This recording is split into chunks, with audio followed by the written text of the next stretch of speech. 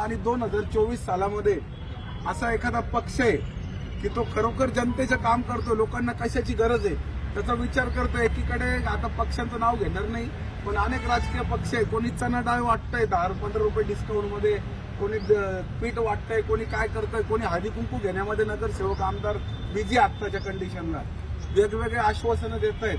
पण खरं जनतेला कशाची गरज आहे? 2024 मध्ये सुद्धा असा एक पक्ष अस्तित्वात आहे.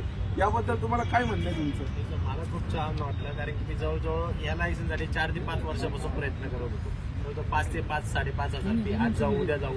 पण योगेश सर आणि निर्भय जनता पार्टीच्या सहकार्याने आज मला लायसनला मी आलो व ते पास पण झालो.